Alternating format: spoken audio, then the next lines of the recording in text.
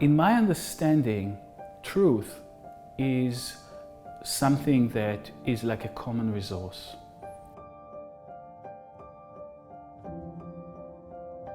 The truth is just like air or water, something that we all need in order to understand our position on Earth.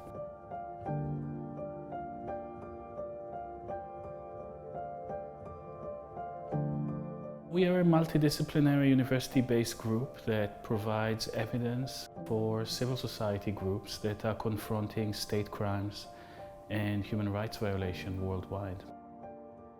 So this is the simplest way to think about it. Something like we are pathologists of buildings. We read buildings, we read the ruins when we understand what has taken place. Contemporary warfare is mainly urban.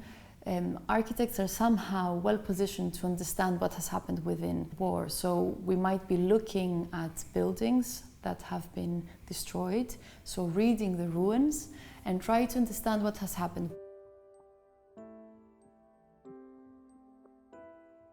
The team has expanded, so we used to be 2 or 3 people, now we are 17, I think. But the amazing thing about working within a team like that is how you can bring together multiple disciplines. You could examine the events from multiple perspectives. So it forces people to understand how an acoustic expert thinks, or a fluid dynamics expert would think, or how a filmmaker thinks versus how an architect would think. Right. Nothing was clear about the shooting. I knew that it was important to... Here, she says it twice. In the beginning, nothing was clear about the beginning. All the time there is this calm, how it never stopped. But I think there's really nice multi-channel voices that we could do. If you show that the panorama is, through the panorama you understand space, and then you can use the model to understand the relation between the images, it's completely different than just using it as a dummy. One thing I'd say, seeing these at the Tate, the panoramas work better projected large. The exhibition is just another place that could raise some of those questions. How does architecture relate to it? How does art relate to it? How does light become an element that might determine visibility? How does the frame of an image somehow clip away a certain part of the event that we have to reconstruct? How does the shakiness of the lens testify to the person who's taking the footage? What does it say about their anxiety, their fear, their body language, right? All of those things are things we can discuss within an exhibition space more than we can in a court. We were just looking at the footage from Karen Minor, who's an activist from Active Stills.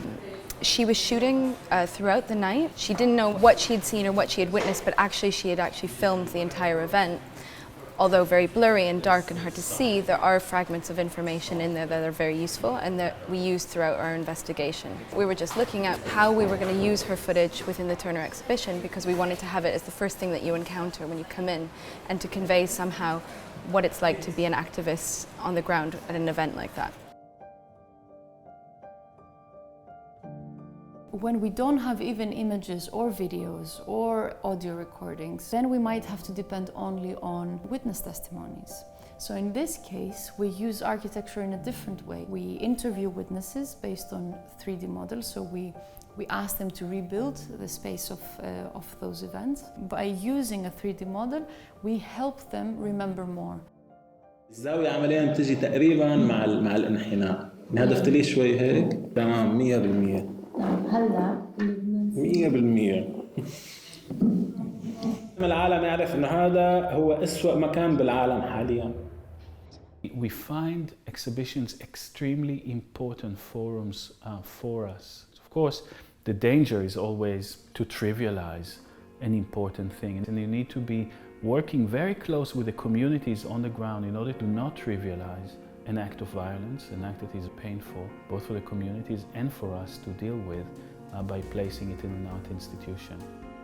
We want also people to know that art is not only a license to fictionalize, that the aesthetic practices could be very useful, that there is things that we can do with the very basic tools and techniques that we have as architects, as filmmakers, as artists. The software that we all have on our laptops could be very powerful tools in confronting state and government lies.